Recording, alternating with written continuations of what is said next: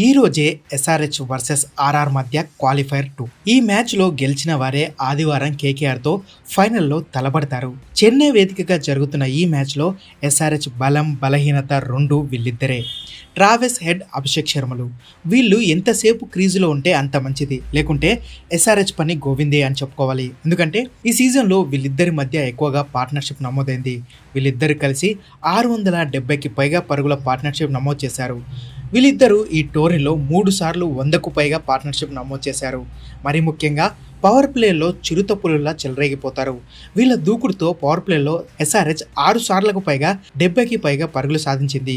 ఢిల్లీ క్యాపిటల్స్పై అయితే 6 ఓవర్లలో 125 పరుగులతో ప్రపంచ రికార్డు సృష్టించారు. ఎల్ఎస్టీ మ్యాచ్లో అయితే 10 ఓవర్లలోనే 166 పరుగుల టార్గెట్ను ఫినిష్ చేశారు. వీళ్ళిద్దరూ క్రీజ్లో ఉంటే స్ట్రైక్ రేట్ 229 కంటే ఎక్కువగానే ఉంటుంది. అంటే ఒక్క బాల్కు 2 పరుగుల కంటే ఎక్కువే అన్నమాట. సో ఇలా పవర్ ప్లేలోనే మనోళ్ళు ఒక 70-80 కొట్టారనుకోండి, ఆ మూమెంటం అలాగే కొనసాగించి ఈజీగా 200కు పైగా పరుగులు సాధించవచ్చు. ఇదే ఎస్ఆర్హెచ్ ప్లాన్. ఇన్నాళ్ళు ఇదే వర్కౌట్ అయింది. ఏ మ్యాచ్లో అయితే వీళ్ళిద్దరు త్వరగా అవుట్ అవుతారో అప్పుడే స్కోర్ తగ్గుతుంది, లేకంటే 200 మినిమం కొడుతుంది ఎస్ఆర్హెచ్.